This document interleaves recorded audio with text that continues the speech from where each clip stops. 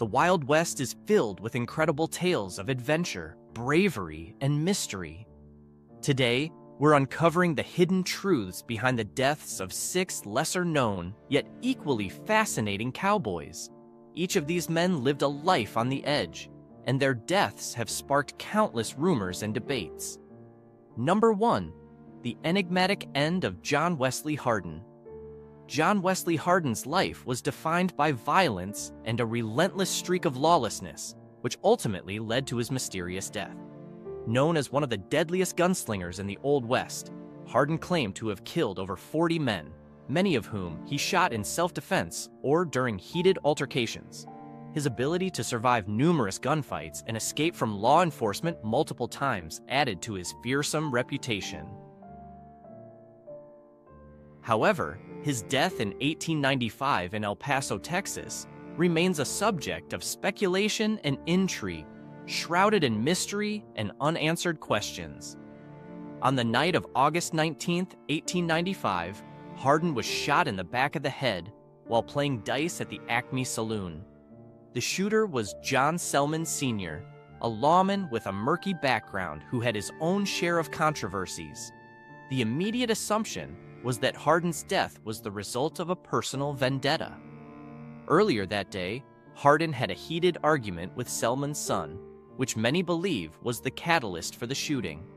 Yet, some historians argue that there could have been more calculated motives behind the murder. One theory suggests that Hardin was becoming a liability to the local law enforcement and criminal elements alike. By this time, Hardin had attempted to reinvent himself as a lawyer after serving time in prison, but his violent past and quick temper remained. His unpredictable behavior and growing influence in El Paso's underworld may have threatened those in power, including corrupt officials and rival criminals. There are whispers that Selman may have been hired to eliminate Hardin to protect these interests, making the shooting a premeditated act rather than a spur-of-the-moment decision. Furthermore, it is speculated that the local authorities were complicit in Hardin's death. Despite Selman being arrested for the murder, he was never convicted, raising suspicions of a cover-up. Some accounts even claim that the police allowed Selman to carry out the killing as a way to rid the town of a notorious troublemaker without directly implicating themselves in his death. This theory is supported by the fact that El Paso was a hub of corruption and violence at the time, where justice was often arbitrary and influenced by personal vendettas and bribery. Adding another layer of mystery, some believe that Hardin might have known he was a target and anticipated an attempt on his life. Reports indicate that Hardin was seen carrying a pistol just before his death, a rare occurrence as he was known to have become more cautious in his later years. This suggests that Hardin might have sensed danger but underestimated his adversary. His death at the hands of Selman, a man with a similarly violent reputation, could have been the tragic conclusion of a life marked by constant conflict and enmity. In the aftermath of Hardin's death, rumors of his ghost haunting the saloon where he was killed began to circulate. Stories about ghostly apparitions and eerie occurrences added to his legend, suggesting that even in death, Hardin remained an unsettling presence. These tales of supernatural revenge highlight the deep mark Hardin left on the people and places he encountered, a testament to his infamous life and the enigmatic circumstances of his demise. John Wesley Hardin's death remains a complex puzzle, with each piece revealing more about the chaotic world of the Old West. The conflicting accounts, the possible conspiracies, and the enduring legends all contribute to the mystery that surrounds his end. It's a story that continues to captivate and intrigue as historians and enthusiasts alike try to unravel the true events of that fateful night in El Paso. Number 2, the true fate of Jesse James. Jesse James, one of America's most infamous outlaws, met a controversial end that continues to spark debates and conspiracy theories to this day. Officially, Jesse James was killed on April 3, 1882, by Robert Ford, a member of his gang who sought to claim the bounty on Jesse's head. Ford shot James in the back of the head while he was allegedly dusting a picture on the wall in his home in St. Joseph, Missouri. However, the circumstances of his death are mired in speculation and intrigue, with many believing the official story does not tell the full truth. Some theories suggest that Jesse James might have staged his own death with Ford's help. These theories argue that James was tired of the outlaw lifestyle and wanted a way out. According to this narrative, James and Ford collaborated to fake the death, allowing James to escape under a new identity. The body in the coffin, some claim, was not Jesse James, but a similar-looking man, possibly a drifter or a double used to throw off the authorities. Supporters of this theory point to discrepancies in the descriptions of the body and reports of James being seen alive in subsequent years under different names. Additional intrigue comes from the behavior of Robert Ford himself. Ford was initially treated as a hero, but quickly fell out of favor due to his perceived betrayal. Some accounts suggest Ford regretted his actions, which could imply that the shooting was part of a larger, more complex plan, rather than a straightforward assassination for the reward money. This theory is bolstered by the fact that Ford was killed 10 years later, allegedly for bragging about killing Jesse James, which some believe might have been to silence him before he revealed the truth about the staged death. In the years following James's death, numerous sightings of Jesse James were reported across the United States, from California to Texas. These sightings often came from credible witnesses who claimed to have recognized the distinctive scars James had from his time as an outlaw and Confederate guerrilla. Some researchers suggest that Jesse James lived under an assumed name in various places and might have been involved in small-time criminal activities to support himself without drawing attention. Forensic evidence has added another layer to the mystery. In 1995, the body believed to be Jesse James was exhumed for DNA testing. The test concluded that there was a high probability that the remains were indeed those of Jesse James, but the results were not conclusive enough to close the case entirely. Skeptics argue that the degradation of the DNA samples and potential contamination over time make it impossible to definitively prove the body's identity, leaving room for doubt and continued speculation about whether Jesse James might have survived his supposed assassination.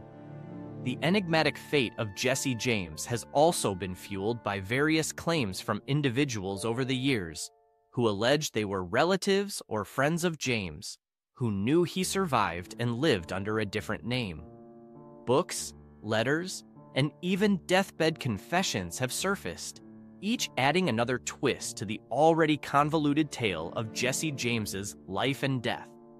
These pieces of evidence often conflict with each other, but have collectively contributed to the enduring legend of Jesse James, a legend that continues to captivate the imagination of historians, conspiracy theorists, and the general public alike. Number 3, the tragic fall of Johnny Ringo.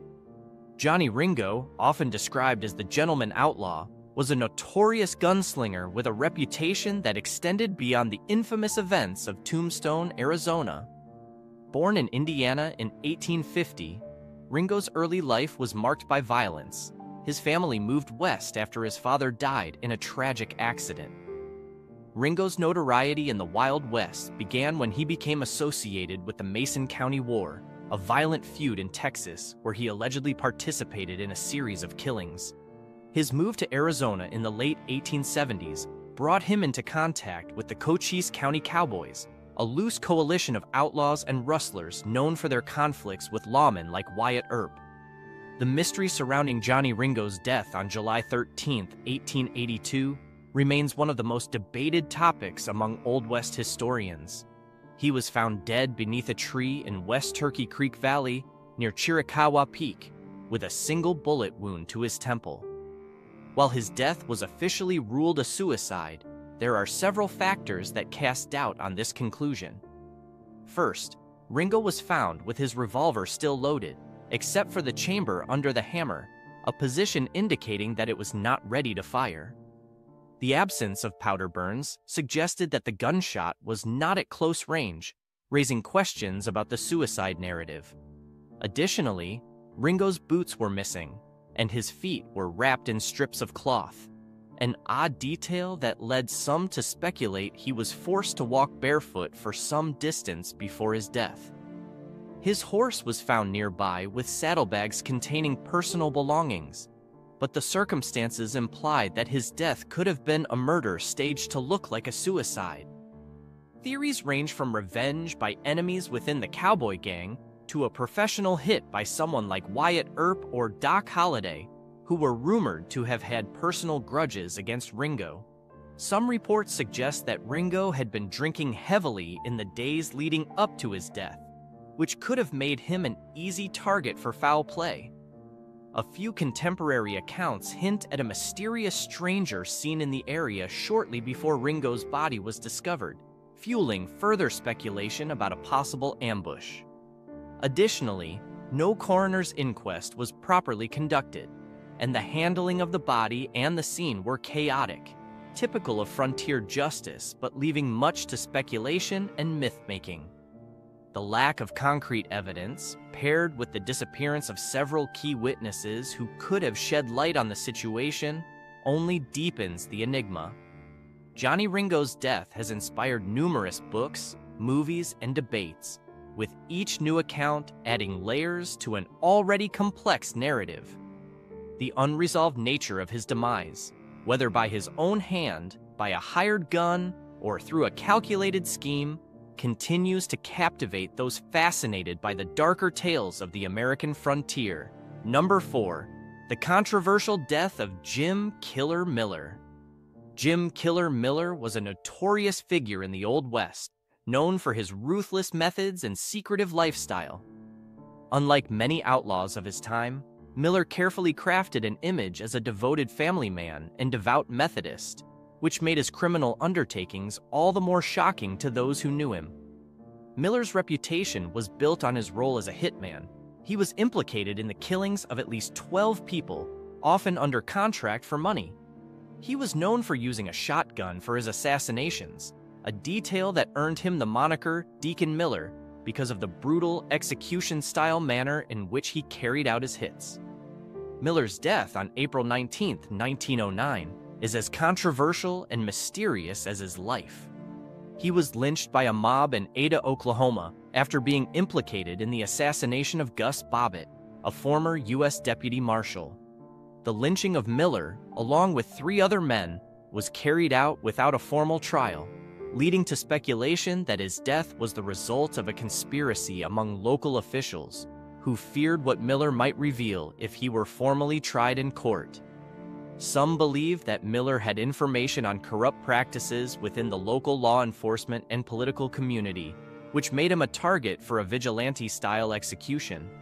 His notorious reputation and the fear he instilled in both outlaws and lawmen alike could have made him a convenient scapegoat, especially for unsolved crimes in the region. There are accounts that suggest Miller might have anticipated his death, given his actions leading up to the lynching. Witnesses reported that he remained calm and even eerily cheerful while awaiting his fate, supposedly saying, "Let the record show I died with my boots on." This uncharacteristic calmness has led some historians to speculate that Miller may have had an escape plan that failed, or that he believed his connections would save him at the last minute. His death, however, was not without struggle. Reports describe that Miller's last moments were chaotic. He struggled against his captors until the very end, showing the same ferocity he was known for in life. Adding to the controversy, some believe that Miller's death was more about silencing him than delivering justice. The lynching took place in a town where Miller had powerful enemies, including lawmen who had failed to capture him legally and might have feared exposure of their own misdeeds. The manner of his death, hanged from a tree alongside 3 others in an unceremonious group execution, lacked the usual protocols of frontier justice, suggesting it was a hurried attempt to erase Miller from the picture before any formal proceedings could expose uncomfortable truths about the power dynamics in Ada. Further complicating the narrative, Miller's body was left hanging for several hours, a stark contrast to the typical swift removals of lynching victims in that era, possibly serving as a warning to others. His remains were later returned to his family for burial in a proper grave, an unusual act of respect for a man so feared and loathed, which may imply that even his enemies respected his cunning and ruthlessness. The lack of a trial and subsequent absence of an official investigation into the lynching left many questions unanswered about what Miller knew and who might have wanted him dead. Number 5. The untimely death of Wild Bill Longley. Wild Bill Longley was a notorious gunslinger whose violent reputation in Texas during the post-Civil War era earned him a fearsome legacy. Born in 1851, Longley claimed to have killed more than 30 men by the time he was captured in 1877. His methods were brutal, often involving ambushes and quick draws that left his opponents with little chance of survival. Longley's violent nature was fueled by a hatred for Reconstruction policies and a belief in personal justice, often targeting freed slaves, lawmen, and those he felt had wronged him or his family. His cunning and ruthlessness were matched only by his ability to escape capture, leading a life on the run throughout much of the 1870s. Longley's death is shrouded in controversy, with many believing that his hanging in 1878 in Giddings, Texas, was not as straightforward as it appeared. Officially, Longley was executed for the murder of Wilson Anderson, a childhood friend, whom he allegedly killed out of a sense of betrayal. However, rumors quickly spread that Longley had somehow survived the hanging, sparking legends that he had bribed local officials or faked his death to escape once more. Eyewitnesses to the execution reported a peculiar incident. As Longley was hanged, the gallows malfunctioned, causing him to drop only a short distance, which could have resulted in a broken neck instead of a quick death. Some accounts claim he was left dangling for an unusually long time, leading to speculation that his death was prolonged and may have involved foul play or negligence. Adding to the mystery, there were later claims that Longley had been seen alive in various parts of Texas after his supposed execution. These reports suggested that he might have had connections with local authorities or influential figures who helped him fake his death in exchange for future favors or information. The lack of clear documentation and the hasty nature of his burial, an unmarked grave on the outskirts of town, contributed to the enduring rumors that Longley had once again outwitted the law. This narrative was further fueled by Longley's known association with powerful families in Texas, who might have had a vested interest in seeing him disappear quietly rather than face a highly publicized trial and execution. The theories about Longley's death gained further traction when, years later, a man claiming to be Longley surfaced, telling tales of his life on the run and alleged narrow escapes from law enforcement. Although these accounts were never verified and likely apocryphal, they played into the folklore surrounding Longley, blurring the line between historical fact and Wild West legend. The debate over his true fate was reignited in the 20th century when historians and amateur detectives began to piece together conflicting reports from contemporary newspapers, personal letters, and town records, all of which provided inconsistent details about the day of Longley's execution. Moreover, Longley's case was complicated by his own reputation for deceit and manipulation. Known to have boasted of his killings and exaggerated his exploits, Longley might have orchestrated rumors about his survival to maintain his feared status posthumously. This characteristic, combined with the chaotic nature of frontier justice at the time, makes it plausible that stories of his survival were either deliberate falsehoods spread by Longley himself or the product of an era ripe with rumor and legend. The mystique surrounding his death remains a fascinating chapter in the annals of the American West, showcasing how even in death, figures like Longley could manipulate their legacy to stir fear and intrigue. Number 6. The unsolved mystery of Bass Reeves's death. Bass Reeves, one of the first black deputy U.S. Marshals west of the Mississippi River, had a legendary career that spanned over 3 decades. Known for his impressive arrest record and unmatched skills in tracking fugitives, Reeves's life was marked by bravery and a strict adherence to justice. However, the circumstances surrounding his death in 1910 remain unclear and are still debated among historians today. Official records state that Reeves died from Bright's disease, a historical term for kidney ailments, in Muskogee, Oklahoma. However, there are reasons to suspect that his death was not entirely due to natural causes. Reeves's position as a lawman during a period of intense racial tension and his success in capturing outlaws may have earned him powerful enemies. Despite being highly respected by some, there were others who resented his authority and his role in the enforcement of federal laws, particularly those who were uncomfortable with a black man in a position of power. Several theories suggest that Reeves might have been poisoned or deliberately infected to undermine his effectiveness or silence him. The rapid decline in his health, coupled with the lack of thorough medical examination and the political climate of the time, supports these suspicions. Furthermore, it's noted that Reeves's death came at a time when he was still actively working, which was unusual given the progression of Bright's disease, typically a slow-developing condition that would have incapacitated him long before. Some accounts from family and colleagues indicated that Reeves had complained of feeling unwell only a few days before his death, suggesting a sudden onset rather than a prolonged illness.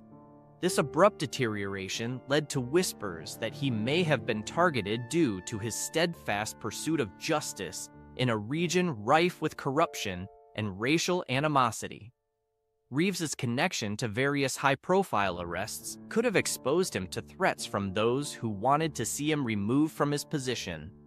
The secrecy surrounding his funeral and the swift burial raised further questions among his contemporaries. Unlike many lawmen of his stature, Reeves did not receive a grand public ceremony, and few records exist detailing the official cause of death beyond the initial diagnosis. This lack of transparency led to speculation that local officials or rival lawmen might have had a hand in hastening his death to prevent him from continuing his duties or to stop him from unveiling ongoing conspiracies. Rumors also suggest that Reeves might have been a victim of internal politics within the U.S. Marshals Service, where racial discrimination could have played a role in how his career was managed, and ultimately, how his death was handled. Some accounts claim that Reeves had evidence of misconduct or corruption that he planned to expose, making him a target for those who feared the repercussions. His death conveniently avoided any potential scandal or internal investigation that might have arisen from such revelations. Reeves's death is shrouded in mystery not only because of the possible foul play, but also due to the lack of substantial medical records or autopsy reports that could confirm the exact cause. Given the era's limited medical knowledge and the social dynamics at play, the truth about Bass Reeves's death may never be fully uncovered, leaving his legacy both remarkable and enigmatic.